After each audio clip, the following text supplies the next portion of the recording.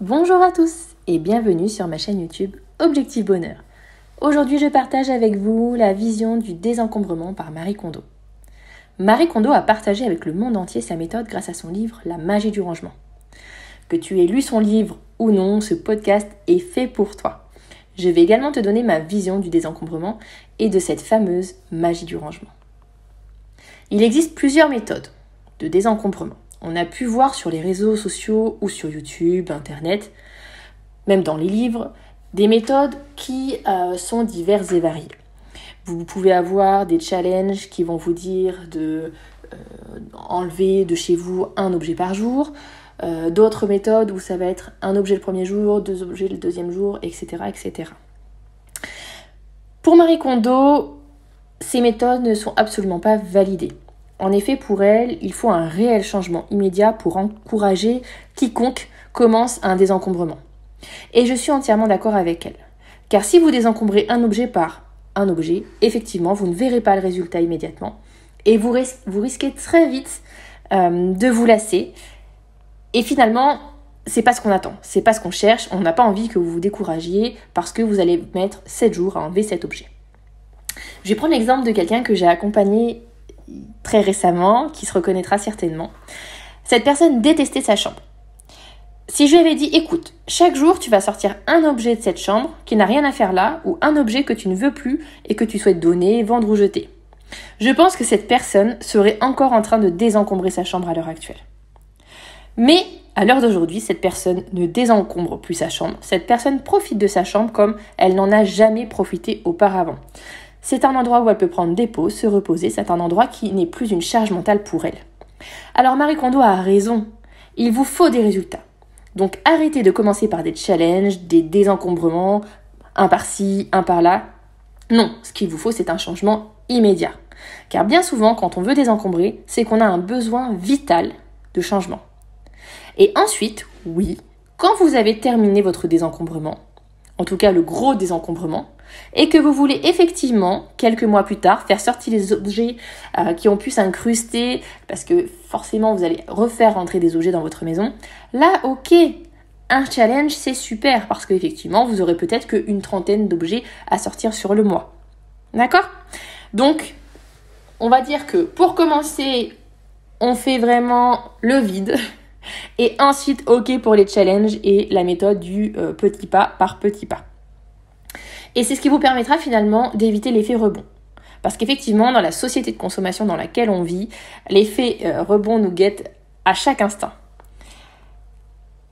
Ensuite, la deuxième vision que partage Marie Kondo dans son livre, c'est de ne garder que les objets qui vous mettent en joie. Alors, ça veut dire quoi ? Ça veut dire adieu les vêtements qui vous rappellent que vous ne rentrez plus dedans. Adieu les objets qui vous rappellent de mauvais souvenirs.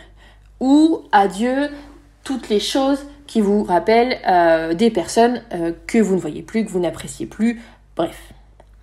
On dit aussi adieu aux cadeaux reçus affreux qui se cachent au fond du placard. Et on dit bonjour à la joie de chaque objet. Chaque objet doit vous procurer une émotion positive, du bonheur. C'est comme ça que vous allez savoir si un objet doit rester dans votre maison ou non. Ensuite, Marie Kondo va nous dire que chaque chose doit avoir une place pour être rangée après chaque utilisation. Si vous avez des objets sans rangement fixe, des fameux SDF, alors vous n'allez pas savoir où les ranger. Et chaque personne de la famille ne sachant pas où les ranger, finalement on va le poser là où c'est le plus simple à l'instant T, et du coup finalement ces objets ne seront jamais rangés. Donc le bazar va être autour de vous et vous n'arriverez pas à vous en sortir. C'est donc une étape très importante. Alors peut-être que vous allez vous dire que vous n'avez pas assez de place pour trouver l'endroit idéal, ou peut-être que vous allez me dire je n'ai pas assez de rangement. Croyez en mon expérience, on ne manque pas de rangement. On a tout simplement trop de choses. C'est comme si je vous disais de voir le verre à moitié plein plutôt qu'à moitié vide. D'accord ? Oui, vous avez suffisamment de rangement, donc votre verre est à moitié plein, mais par contre, il faut vider une partie pour pouvoir ranger. Ou sinon, effectivement, on peut rester dans sa zone de confort et se dire, non, mais de toute façon, je ne peux pas ranger. mon verre est à moitié vide, je n'ai pas assez de rangement et je ne peux rien faire. Donc, soyez proactive, le désencombrement va vous montrer que vous avez assez de rangement. Le désordre, il a 2 causes. Soit ranger vous demande trop d'efforts, soit l'objet n'a pas de place fixe.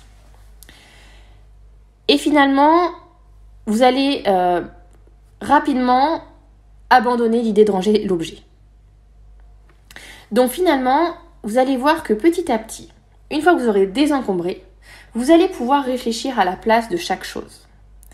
Et non seulement désencombrer va vous aider à prendre confiance en vous, prendre confiance en vos décisions, parce qu'au départ, c'est très difficile de se séparer d'un objet. On a l'impression que ça prend des proportions énormes, parce que parfois on est attaché à des objets, on se dit mais si je n'ai plus cet objet, je vais manquer de quelque chose.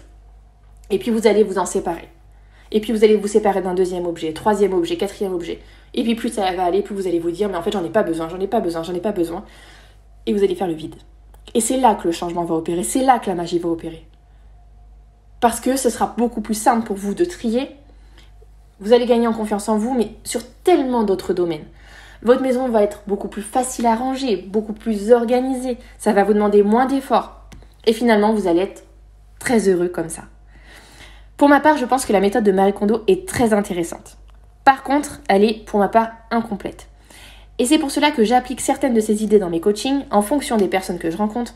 Mais par contre, cela n'est qu'un premier bilan.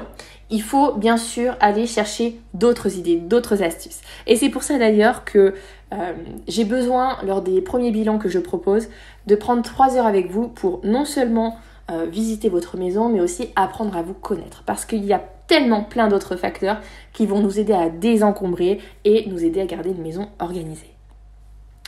C'est tout pour aujourd'hui, je vais m'arrêter là. Je vous remercie d'avoir écouté ce podcast. N'hésitez pas à liker, commenter et vous abonner. Et je vous dis à très bientôt sur ma chaîne YouTube Objectif Bonheur. Bisous à tous!